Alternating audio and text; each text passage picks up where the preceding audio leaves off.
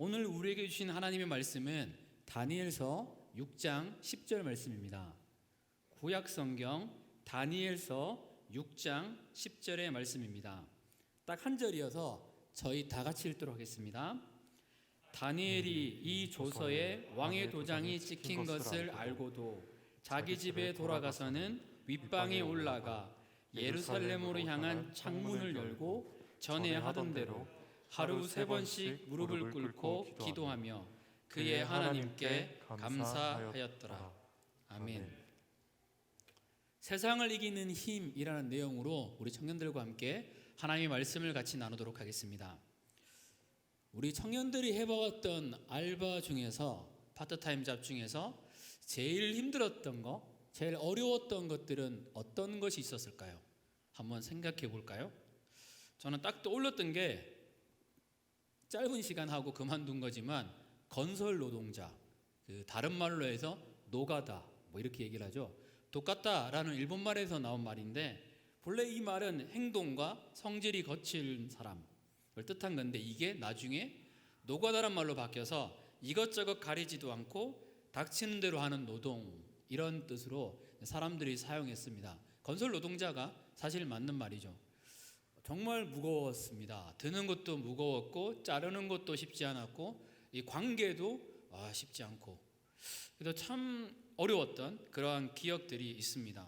그런데 저는 짧은 시간 그만뒀는데 이 일을 오랫동안 길게 했었던 친구가 있었습니다. 정말로 일 잘하고요, 정말로 삽질을 해도 그렇게 삽질을 잘할 수 있을까 싶은 만큼 잘했던 친구가 있는데, 이 친구가 그 마켓에 여러 가지 지마켓도 있고 옥션도 있고 다양하게 마켓이 있고 다양한 온라인 상품이 있는데 거기서 불만 상담센터에서 잠깐 일을 했었습니다. 근데 몇 년을 그 노가다와 몇 년을 건설 노동이 힘든 일을 버텼던 친구가 한 달 만에 그만뒀습니다. 이건 나는 도대체 할 수 있는 일이 아니다. 제가 그때 병원에 입원하니까 간호조무사님들, 간호사님들 정말로 대단하시더라고요. 어떻게 이 많은 것들을 정말로 감당할 수 있을까? 어떤 청년들은 알바가 서서 하는 알바, 그래서 8시간씩 하루에 서 있거나 심지어 12시간씩 서 있거나 이렇게 하다 보면 이제 이런 마음이 듭니다. 먹고 사는 것이 참 쉽지가 않구나. 참 세상 사는 것이 참 쉽지 않구나. 내가 금수저였다면, 내가 좀 더 태어날 때부터 빌딩을 가지고 있었다면 어땠을까? 라는 생각들도 하게 됩니다. 오늘 본문에는 금수저로 태어났었던 한 명의 사람이 등장합니다. 왕족이었습니다. 고대시대 때 왕족으로 태어났습니다. 신분 질서가 명확한 시대의 왕족. 우와. 아름다운 외모, 성경에서 이렇게까지 표현하는 거 보니까 이 다니엘이라는 사람은 굉장히 잘생긴 사람이었습니다. 외모적으로도 굉장히 뛰어났습니다. 모든 재주를 통달했습니다. 만능 같은 그런 사람, 거기다가 학문에도 익숙했습니다. 공부도 잘했어요. 전체적인 내용을 보면 인격까지 겸비했던 사람, 엄친아, 모든 걸 어쩌면 다 가지고 태어난 사람, 내 삶에 어쩌면 모든 준비가 다 갖추어져 있을 것 같고 내 삶의 밝은 빛이 다 준비되어 있을 것 같은 그 사람입니다. 그런데 다니엘서를 보면 어떨까요? 유다왕 여호야김 시대 때 바벨론이 쳐들어와서 이스라엘을 침략했고 그 다니엘을 포로로 잡아갑니다. 10대의 조국과 가정, 인생이 송두리째 빼앗긴 삶을 살았습니다. 나를 빼앗겼다. 이 고통은 상상을 초월하는 거죠. 가지고 있었던 모든 준비했던 것들이 다 물거품처럼 사라지게 되었습니다. 거기에다가 무엇이 되었나요? 다니엘이 그곳에 가서 어떤 특수한 어떤 일을 담당하고 그랬던 것이 아니라 다니엘은 이곳에서 환관이 되었습니다. 앞으로 자녀를 낳을 수 없고, 그리고 환관의 삶, 여러분이 생각했던 그 환관의 삶을 살아야 합니다. 모든 것을 가지고 있었던 왕족의 삶 속에서 모든 것을 빼앗긴 것 같은 이 삶을 선택해 이 삶으로 나갔을 때에 그 아픔의 크기는 정말 정말 크지 않았을까요? 참 세상 사는 거 힘들지 않다라고 고백할 수 있습니다. 근데 절망 가운데 이렇게 되면 절망과 원망 가운데 살아야 되는데 다니엘서 1장 8절은 이것을 재밌게 이렇게 말합니다. 같이 한번 말씀을 볼까요? 자, 시작. 다니엘은 뜻을 정하여 왕의 음식과 그가 마시는 포도주로 자기를 더럽히지 아니하리라 하고 자기를 더럽히지 아니하도록 환관장에게 구하니. 좀 이상하지 않나요? 하나님의 나라가 내 집이 아닌 이상은 이런 고백이 나올 수가 없거든요. 뜻을 정하여 거룩한 삶을 살기로 마음을 먹습니다. 아유, 내 인생 될 대로 되라. 정말 이런 상처와 아픔 가운데 망쳐야겠다. 이 삶으로 나갈 수도 있는데 그것이 아니라 뜻을 정하여 거룩한 길로 나아갑니다. 어쩌면 하나님에 대한 원망, 사람에 대한 원망, 내 인생에 대한 원망으로 살 수 있는데 그게 아니라 도리어 뜻을 정하여 거룩한 삶으로 나아갑니다. 또한 뜻을 정하여 거룩하게 살았던 이 삶을 통해 가지고 이 다니엘은 어떤 영향을 미치는가 하면 왕조차도 하나님의 살아계심을 인정하게 만듭니다. 그런 어려운 시기 때 마치 선교사로 그 땅에 가서 그 땅에서 아름다운 복음을 전하는 길 가운데 나아갑니다. 힘든 삶, 이 피곤한 삶 속에서 어떻게 다니엘은 이러한 삶을 살았을까요? 오늘 본문을 통해서 한번 살펴보도록 하겠습니다. 첫째는 같이 한번 읽어볼까요? 자, 시작. 세상은 타락했고 우리는 죄인임을 아는 것입니다. 익숙하지 않은 목소리가 들립니다. 감사합니다 해주셔서. 다니엘서 6장 10절 말씀입니다. 같이 읽겠습니다. 자, 시작. 다니엘이 이 조서에 왕의 도장이 찍힌 것을 알고도. 다니엘은 알았습니다. 무슨 내용이었을까요? 오랫동안 다니엘은 그럼에도 불구하고 신실하게 하나님을 섬겼습니다. 그 섬겼던 결과는 총리라는 직분으로 맡겨졌습니다. 총리가 되고 난 다음에도 겸손하게 하나님의 일을 잘 감당하고 있었습니다. 그리고 다리오 왕이라는 왕이 나라를 통치할 때에 그때도 동일하게 다니엘은 총리가 됩니다. 왕이 바뀌면 총리가 바뀌어야 되는데 다니엘은 어떻게 된 건지 왕이 3번 4번 바뀌었었지만 여전히 이 총리의 일을 수행하고 있습니다. 질투가 납니다.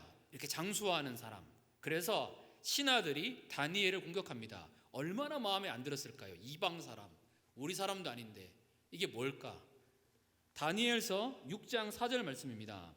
이에 총리들과 고관들이 국사에 대하여 다니엘을 고발할 근거를 찾고자 했으나 아무 근거, 아무 허물도 찾지 못하였으니 이는 그가 충성되어 아무 그릇됨도 없고 아무 허물도 없음이더라. 어떻게든 다니엘을 고발해서 다니엘을 총리직에서 물러나게 하려고, 다니엘을 공격하려고 다니엘의 허물을 그토록 찾는 것이 이 당시의 모습입니다. 이게 세상의 모습인 거죠. 경쟁에서 어떻게든 상대방을 깔아내려서 내가 그 자리에 올라오고 싶었던 그러한 마음들. 그래서 이 신하들은 고민하다가 이러한 결정을 내립니다. 이런 결론을 내리는데 어떤 내용인가 하면 다니엘을 아무리 살펴봐도 다니엘을 칠 수 있는 근거가 없습니다. 그러니까 다니엘은 딱 보니까 기도합니다. 아, 다니엘이 기도하는 것을 치면 되겠다. 그래서 법령을 하나 만드는데 이 법령은 왕을 경배하지 않고 왕에게 기도하지 않고 하나님께 기도하는 자는 사자굴에 넣어야겠다라는 법령입니다. 이거는 왕도 폐할 수 없는 법령이거든요. 여기에 들어갈 수밖에 없습니다. 당연히 사자굴에 들어가는 상황입니다. 이게 세상의 모습입니다. 어쩌면 때로는 알바로 힘들어하는 우리보다 이 다니엘의 고통이 훨씬 컸겠죠. 다니엘은 이랬었습니다. 다니엘은 이것을 모르지가 않습니다. 다니엘은 이런 것을 알고 있습니다. 왕의 조서가 찍힌 것도 알고 난 다음에 하나님께 나아갔다라는 겁니다. 우리의 삶 속에 정말로 기억할 것이 있는데 나만 힘든 삶이 아닙니다. 우리 모두 힘든 삶을 살아가고 있습니다. 죄악으로 타락된 세상이기 때문에 아무리 돈이 많은 사람도 우리 같은 전기세를 아껴 쓸까? 에어컨을 끌까? 이런 고민을 안 하겠지만 동일하게 아프고 힘든 고난 가운데 살아가고 있다는 겁니다. 세상을 살아가는 힘을 얻을 때 기억해야 될 것은 이 싸움은 나만 겪는 것이 아니라 우리 모두 다 함께 이 아픔을 겪고 살아가고 있다는 겁니다. 이 마음을 가질 때 겸손하고 상대방을 돌아볼 수가 있습니다. 저희가 11월 달, 이번 달에 한 달 동안 토요일 날 모여서 임원 가족장들이 수양회 같은 것을 합니다. 말씀을 나누고 또 어떻게 청년부를 행정과 여러 가지 부분들을 나누고 있습니다. 오늘 그러다가 이런 질문을 했었습니다. 여러분이 우연히 길을 지나가다가 어떤 사람이 나를 비난하는 것을 발견했다. 어떤 무리가 지나가다가 나를 비난하는 것을 발견했다. 여러분 같으면 어떻게 행동할 수 있을까? 누군가가 나를 비난해요. 이걸 내가 들었어요. 그러면 나는 어떻게 행동할 수 있을까? 굉장히 재밌었는데 이런 내용들이 있었습니다. 우리는 죄인이어서 칭찬하기보다 비난하기 쉽다라는 것을 먼저 알아야 한다. 먼저 알아야 된다는 거죠. 사람 자체가 칭찬하기보다 사람을 비난하는 데 가깝다라는 거예요. 여러분도 그렇지 않나요? 칭찬하기보다 우와 좋아하기보다 다른 사람의 약점과 부족한 점을 더 잘 보이잖아요. 이게 사람의 모습이라는 거죠. 이거를 먼저 인지하는 것이 중요하고 그 다음에 내 잘못이 있는지 먼저 살펴보고 나를 고쳐보고 그게 아니면 그냥 패스한다. 뭐 이런 여러 가지 이야기가 있었습니다. 그 중에 한 분이 이런 얘기를 했었습니다. 저 사람이 나를 비난하는 것은 나를 좋아해서 그러는 게 아닌가. 그래서 그 사람에게 나의 매력을 발산하면 좀 더 좋지 않을까. 정확하게 전달될지 모르겠지만 이렇게 생각하는 청년도 있었습니다. 근데 되게 많이 다가오더라고요. 집중이 내가 아니잖아요. 좀 더 생각해서 그 사람한테 돌리는 거잖아요. 그러다가 어떤 한 청년이 이런 이야기를 합니다. 저 같은 경우에는 그렇게 누군가가 나를 비난하는 부분을 듣는다면 마음이 아플 것 같다고. 이유는 그분이 많이 억울하고 많이 힘들고라는 마음이 들기 때문이라고. 이렇게 자꾸 비난하고 비판하는 많은 분들의 마음을 보면 많이 힘들고 아프거든요. 누군가는 가서 그렇구나, 괜찮구나 이렇게 해줄 때에 이 마음이 풀어지는 것들을 많이 볼 수가 있습니다. 근데 이 얘기가 저한테는 되게 많이 이렇게 탁 이렇게 치더라고요. 이 마음이 근본적인 마음이 사실은 먼저입니다. 때로는 진짜 아프고 힘든 사람들은 공감해주면 치료되는 경우가 많습니다. 하지만 반대로 이렇게 짐작을 확신처럼 이렇게 말하면서 본인이 이미 다 결정하고 났는데 쏟아내는 사람은 이건 쉽지 않거든요. 근데 일반적으로 아프고 힘든 사람의 이야기를 잘 듣는 것만 하더라도 그 사람은 치료하고 새로운 길 가운데 나아갈 수 있습니다. 세상의 모습이 그렇습니다. 죄인의 모습이 아픈 것을 이야기하고 상처와 이런 것을 이야기하는 것이 익숙하지 따뜻한 사랑과 은혜를 이야기하는 건 어렵습니다. 그래서 먼저 세상을 이길 수 있는 길은 그러한 세상이라는 거, 그러한 사람이라는 거, 그러한 세상에 대한 기대와 사람에 대한 기대를 낮추는데 그 답이 있다라고 말할 수 있습니다. 둘째는 무엇일까요? 같이 한번 읽어볼까요? 둘째는 자 시작. 체질화된 기도 생활이 있었습니다. 다니엘에게 왕이 명령을 내립니다. 이것은 황제의 칙령이에요. 누구도 거절할 수 없는 칙령입니다. 사자굴에 넣기 위해서 이미 결정을 했습니다. 다니엘서 6장 7절의 말씀인데요. 여기에 보면 이렇게 기록되어 있습니다. 누구든지 왕 외에 어떤 신에거나 사람에게 무엇을 구하면 사자굴에 던져 넣기로 한 것이니라. 이미 이렇게 결정을 내리고 그렇게 결단을 했습니다. 현실적인 위기예요. 이 위기 가운데 다니엘은 어떻게 했을까요? 이게 중요합니다. 다니엘서 6장 10절 말씀입니다. 같이 읽을까요? 자, 시작. 다니엘이 이 조서의 왕의 도장이 찍힌 것을 알고도 자기 집에 돌아가서는 윗방에 올라가 예루살렘으로 향한 창문을 열고 전에 하던 대로 하루 3번씩 무릎을 꿇고 기도하며. 우와. 여러분의 인생 가운데서 위기가 닥칠 때에 우리 청년들은 어떻게 할까요?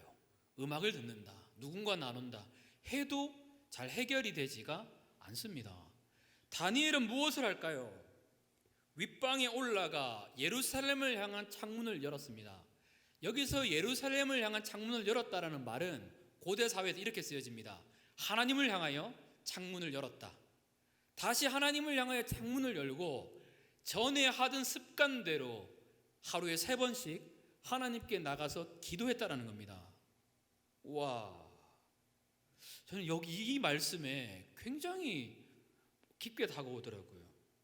페르시아 왕이 나의 생명을 책임지는 것이 아니라 하나님이 나의 생명을 책임지시는 거고 하나님이 나를 다스린다는 고백이 기도였습니다. 그래서 다니엘은 하나님께 나가서 기도하면서 주님께 나아갑니다. 다니엘은 어려울 때만 기도하는 것이 아니라 전에 하던 대로는 말처럼 어떤 상황이 생기든 간에 하나님께 기도하던 거룩한 습관이 있었습니다. 이게 기도의 근육인 거거든요. 어려울 때만 기도한다면 이미 늦을 때가 많습니다. 물론 하나님은 전능하시기 때문에 일하십니다. 기도로 미리 일어날 위험과 이런 것들을 부수고 나가는 것이 중요한데 다니엘은 이미 기도가 습관이 되어 있었습니다. 그래서 E.M. 바운주라는 사람은 이런 이야기를 합니다. 하나님을 떠나 부패한 심령들을 다시 하나님께로 돌이키려면 훨씬 큰 무엇이 필요합니다. 깨어졌던 관계를 회복하고 순결하고 능력 있는 교회의 옛 모습을 재건하려면 하나님이 주시는 기름 부으심이 필요합니다. 다른 것은 아무 소용이 없으며 오직 기름 부으심만이 이것을 감당할 수 있습니다. 이것이 기도입니다. 기도가 습관이 된 사람은요, 하루에 1시간씩의 기도라도 좋고, 이 기도가 힘이 된 사람들은 어느덧 내게 오는 환난과 어려움을 미리 보게 됩니다. 그리고 어려움이 없는 건 아니지만 이 어려움을 돌파할 수 있는 지혜와 힘을 가질 수가 있습니다. 다니엘은 이 근육이 있었습니다. 심지어 생명의 위기까지. 오늘 위임 목사님께서 말씀하신 것처럼 온성도 목사님 20년형 받을 때 그게 어땠을까요? 현실로 다가오는 그 아픔입니다. 어떻게 해결할 수 없는 그 아픔이거든요. 그런데도 불구하고 다니엘은 그 환경의 나를 빼앗긴 것이 아니라 기도하는 거룩한 습관이 다니엘에게 있었습니다. 그래서 김혜곤 교수님은 이런 이야기를 합니다. 20대, 30대에 띄워주실래요? 20대, 30대에 기도를 체질화할 수 있는 사람은 인생의 승리자이다. 같이 한번 읽어볼까요? 자, 시작. 20대, 30대에 기도를 체질화할 수 있는 사람은 인생의 승리자이다. 아멘. 제가 실수로 30대까지 안 하고 40대를 해야 되는데 깜빡했어요. 혹시 40대인 분은 상처 안 받으셨으면 좋겠습니다. 네. 20대, 40대 네. 책에는 30대가 나왔는데 20대, 30대에 기도를 체질화할 수 있는 사람은 인생의 승리자라는 거예요. 근데 기도가 습관이 된 사람이 있잖아요. 와, 이분들은 기도의 자리가 어느덧 예배의 자리가 습관이 돼 있어요. 이런 분들은 빨리빨리 회복되거든요. 근데 예배가 띄엄띄엄한 사람들은 참 안타까운 게 이런 거예요. 오늘 예배 드리기 너무 힘들어요. 근데 그날이 은혜 받는 날이에요. 근데 예배가 습관이 된 사람들은 그러한 것이 없어요. 늘 든든합니다. 단단함이 그 속에 있고 생명이 그 안에 들어가 있습니다. 엄청난 힘이거든요. 그래서 김호근 교수님은 얘기합니다. 기도를 체질할 수 있다면 다른 모든 걸 떠나서 인생의 성공자가 된다. 이 습관적인 기도 생활이 없었다면 다니엘은 이 비극을 결단코 이길 수 없었습니다. 우리 사랑하는 청년들에게는 어떨까요? 저는 또 어떨까요? 체질화된 기도의 습관들. 우리는 이 다니엘이 했었던 이 말씀들을 우리의 삶 가운데 적응했으면 좋겠습니다. 예루살렘을 향한 창문을 열고 내가 하나님을 향한 창문이 하나님을 향한 기도가 어느덧 멈추었다면 다시 예루살렘을 향한 창문을 열고 하나님을 향한 창문을 열고 다시 기도의 자리를 지키는 우리 청년들이 되었으면 좋겠습니다. 그 자리 가운데 하나님의 깊은 기름 부으심이 부어지고 이 세상을 살아갈 수 있는 힘이 주어집니다. 기도가 없이 그 많은 환난들, 그 많은 인간관계의 어려움, 내게 다가오는 아픔들을 이길 수 있는 사람은 아무도 없습니다. 위기가 닥치고 난 다음에 기도하는 것이 아니라 그 전에 기도가 습관이 될 수 있다면 하나님이 부어주시는 놀라운 은총으로 나아갈 수가 있습니다. 어느 사관학교에서 이런 시험을 봤다라고 합니다. 주변국의 강대국이 우리나라를 침범하고 우리나라와 동맹 같은 나라였던 한 나라도 같이 협력해서 우리나라를 침공하려고 한다. 전략적으로 어떻게 해야 되는가 이런 말이죠. 중국이 우리나라를 침략하고 그런 일 없겠지만 일본도 침략하고 이런 상황이다. 어떻게 해야 되는가 했었을 때에 1등 답이 이거였다라는 겁니다. 애초에 그런 상황을 만들지 않는다. 미리 기도하면서 무너뜨리는 겁니다. 앞으로 싸울 길들, 앞으로 인생 가운데 힘들었던 많은 길들을 기도하면서 무너뜨리면서 준비할 수 있다면 이분은 기도가 체질화된 하나님으로 말미암아 돌파할 수 있는 삶으로 나아갈 수 있습니다. 그 은혜가 우리 청년들에게, 우리 성도님들에게 가득하시기를 축복합니다.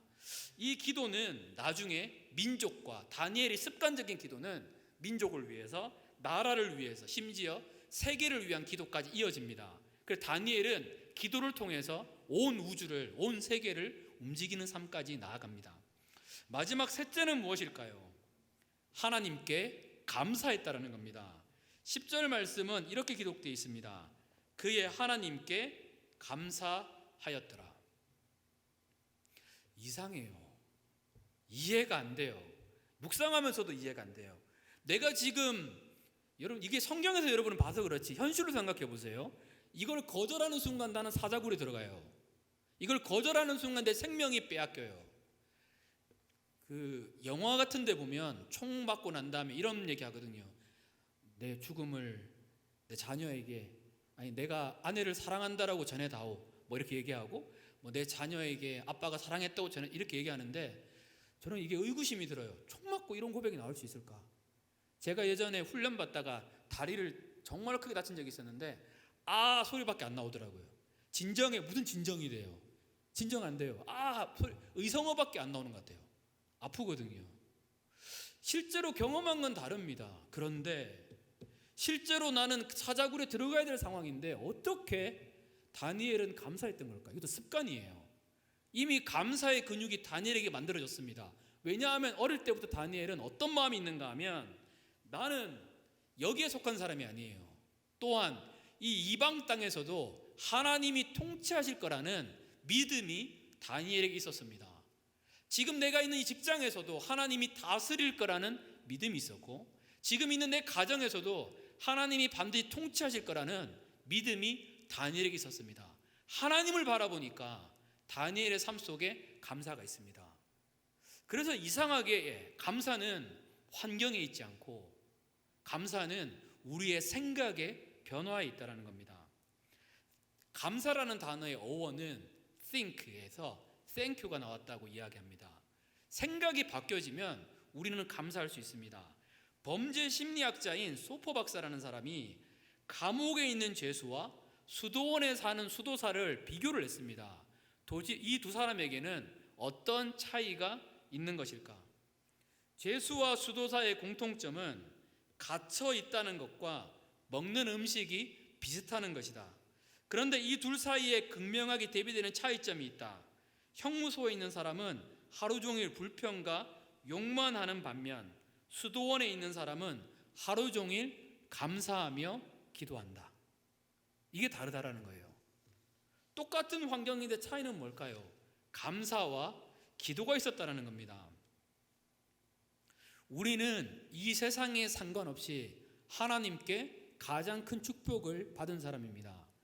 예전에 C.T. 스터드라는 사람이 있었습니다. 이 사람은 영국의 귀족이었고 캠브리지 7인이라 그래서 캠브리지 대학을 나왔었던 굉장히 똑똑한 사람이었습니다.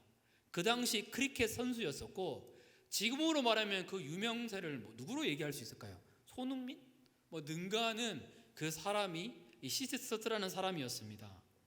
근데 이분이 하나님을 만나고 난 다음에 그의 인생을 헌신하면서 중국에 가서 하나님의 복음을 전합니다. 많은 것들을 내려놓고 복음을 전하고 그 순교적인 삶을 살아갑니다. 그 C.T. 스터드가 그의 인생의 마지막에 이런 말을 했습니다. 예수님이 하나님이시고 그분이 나를 위하여 죽으셨다면 그분께 드리는 어떠한 희생도 가치 있다라고 말할 수 없다.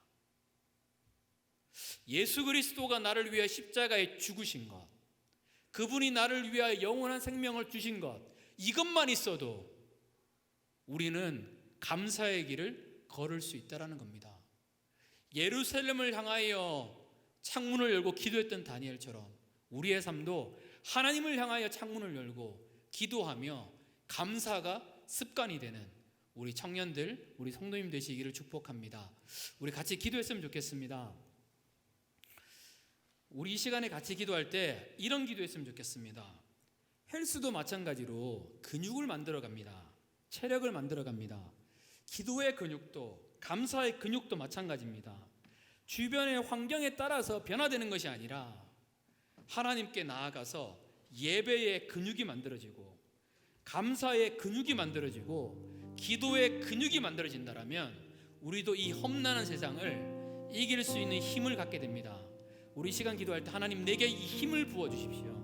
하나님 나에게 기도가, 감사가, 예배가 습관이 되게 하여 주시고 거룩한 근육이 만들어질 수 있도록 도와달라고 우리 주여 한번 주시고 같이 기도하겠습니다.